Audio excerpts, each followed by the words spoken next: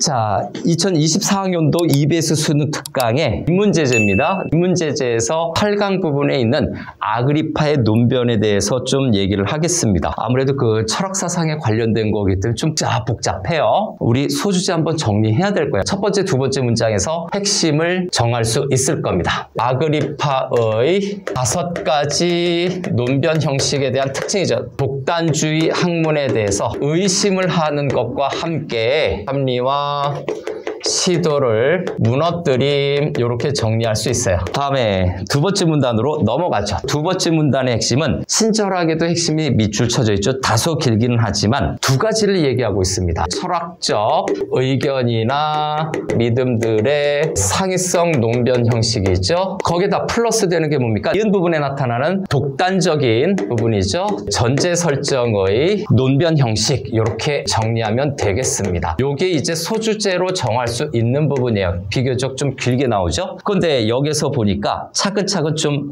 다뤄봐야 되겠네요. 자, 첫 번째 나와 있는 여기죠. 바로 요 철학적 의견이나 믿음들의 상위성에 대한 논변 형식이죠. 요것이 바로 아그리파의 5 논변 형식 중에서 첫 번째 해당이 되는 겁니다. 형식 1이 되는 거고요. 그 다음에 바로 저 니은 부분에서 나타났었던 독단적인 부분이죠. 전제 설정의 논변 형식이죠. 요거는 아그리파의 5 논변 형식 중에서 두 번째 해당이 된다라고 정리하면 돼요. 논변 형식 첫 번째, 절대적인 진리. 좀 줄여서 들어갈까요? 절대적 진리란 없다라고 하는 의견과도 같아요. 이 정도로 정리하고요. 아그리파의 5번째 논변 형식인데 요거는 조금 더 추가 설명할게요. 아마 여기서 잘 이해가 안 될 텐데 쉽게 얘기하자면 독단주의자가, 말을 좀 줄여서 들어갈게요. 네, 독단주의자가 근거 없이 자신의 의견을 주장하는 거죠. 독단주의자가 근거 없이 만약에 이게 진리라고 주장을 하면 회의주의자는 그것을 뭐라고 합니까? 네, 회의주의자는 이거에 대해서 기준이 없네. 거기에 주어진 의견이 오류라고 주장을 하는 거예요. 의견이 오류라고 주장을 하면서 얘네들도 근거 없이 주장하고 똑같이 대응을 한다는 얘기죠. 근거를 얘네들도 안 내세워요. 근거를 내세우지 않는 똑같은 방식으로 되돌려주는 거거든요. 한마디로 눈에는 눈, 이에는 이처럼 너희들이 기준이나 근거 없이 그렇게 했어? 그럼 우리도 기준 없이 너희들 거 무조건 틀렸어. 이렇게 얘기해버린다는 얘기죠. 회의주의자들이. 독단적인 전제 설정의 논변 형식이 바로 요거에 관련이 되는 겁니다. 아그리파의 5가지 논변 형식의 첫 번째는 절대적인 진리는 없다라는 얘기예요. 그리고 두 번째, 만약에 독단주의자들이 기준이나 근거 없이 주장을 하게 되면 너희들 의견은 틀렸어. 왜? 그냥 그렇게 주장하는 거예요. 얘네들도 근거나 기준 없이 똑같이 돌려주는 거예요. 그게 그 얘기한 거예요. 그 얘기를 이렇게 길게 한 거예요. 자, 다음 세 번째 문단으로 갑니다. 저기 소주제 있네요. 디귿에 있는 무한 소급의 논변 형식이 핵심이고요. 설명문에서 만약에 이렇게 주제를 쉽게 발견하기 어렵다면 이렇게 밑줄 쳐준 부분도 참고하라. 무한소급이라고 하는 것은 5 논변 형식이죠. 정리 들어갑니다. 여기에 좀 뒷받침 내용들도 필요하게 되는 거죠. 자, 회의주의자하고 독단주의자들에 관련된 내용인데, 독단주의자들이 기준에 대해서 증명되지 못했을 경우, 또 그 기준을 증명을 했다라고 했을 경우에 이거에 대해서 회의주의자들이 뭐라고 얘기합니까? 자, 첫 번째, 증명하지 못했다라고 하는 것. 첫 번째는 요건 그대로 써야 되겠네요. 독단적인 전제 설정의 논변. 두 번째 문단에 있었던 내용이죠. 전제 설정의 논변에 빠지게 된다라고 얘기를 하죠. 누가? 회의주의자들이. 그 다음에 증명이 되었다라고 하면 무한한 물음에 빠지게 되는 거죠. 물음에 빠진다.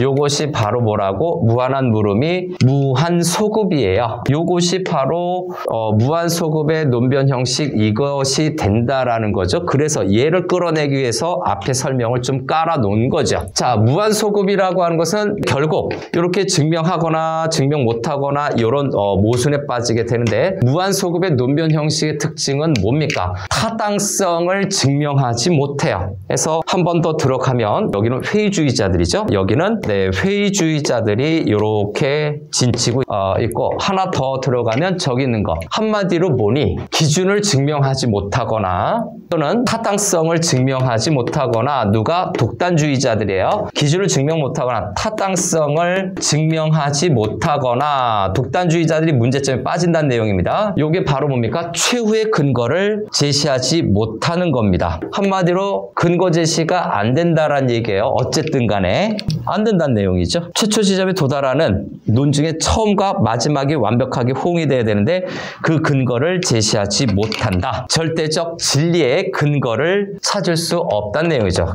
그래도 철학적으로 생각은 많이 하게 하네요. 자, 이제 네 번째 문단으로 넘어갈 거예요. 네 번째 문단도 친절하게 이렇게 기호로 순환 논변의 형식이라고 얘기를 하고 있죠. 그래서 4문단 부분 체크할까요? 4문단은 핵심은 여기 친절하게 순환의 논변 형식이죠. 그래서 순환의 논변 형식이라고 정리가 될 수 있고 이 니은 부분에 여기에다가 체크할 수가 있죠. 순환의 논변 형식은 아그리파의 논변 형식 몇 번째라고? 네 번째가 되는 거죠. 결국은 한마디로 얘기하는 건 뭡니까? 순환 논변 형식의 한계점이죠. 그 한계가 있어서 결론 먼저 쓸게요. 최종적인 결과는 독단주의자들은 자신의 주장을 관철하지 못하는 거죠. 네, 주장을 증명하거나 관철하지 못한다라고 최종 결론을 정리하면 되겠습니다. 관철하지 못한다? 한마디로 판단 중지를 초래한다라는 내용이죠.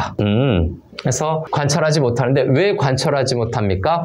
미결정성이 있고 이로 인해서 판단 중지가 오는 거예요. 판단 중지가 오는데 그러면 이 미결정성과 판단 중지는 어디에서 오는가? 순환 논변 형식이 바로 요거에 관련이 되는 건데 한마디로 기준을 증명하는 거죠. 독단주의자들에 대해서 좀 더 체크해야 되겠네요. 이 독단주의자들이 하는 것이 좀 별개로 보는 것, 저기 한마디로 기준 증명이 있죠. 기준을 증명하면서 플러스 기준에 호소한다라고 해요. 기준에 호소하는 것인데 이것이 바로 뭐라고? 이것이 순환 논변의 형식에 해당이 된다라는 내용이에요. 돌고 돈다는 얘기죠. 무한 질문과 비슷하게 돌고 돌아요. 돌고 돌기 때문에 최종적으로 어떻게 된다고? 판단이 중지가 된다고. 두 대상 중에서 어느 게 더 우선권이 있는지 결정을 못한다는 뜻이에요. 그래서 순환 논변 형식 때문에 다시 한번 독단주의자들은 바로 요겁니다. 관철하지 못하는데 요것이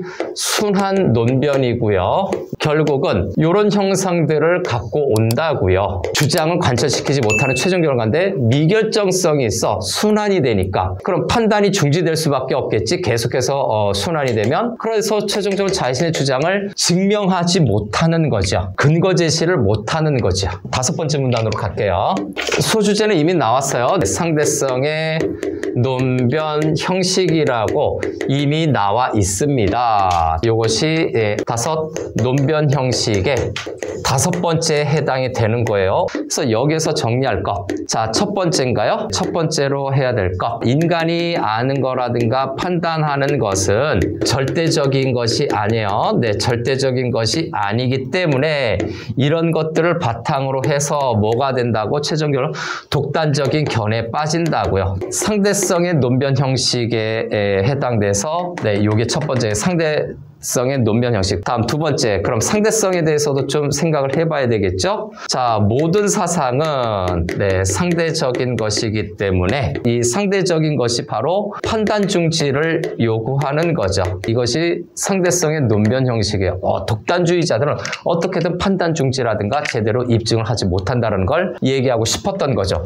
줄여서 가야 돼요. 이해하는 것보다 압축해서 정리하면서 이 개념의 실체를 정확하게 파악하는 것이 중요하겠죠. 이제 마지막 문단 하나가 남아있죠. 마지막 문단으로 넘어가 봅시다. 회의주의자들의 근원적 질문이라고 할게요. 물음이니까 근원적 질문에 대해서 마무리를 하고 있네요.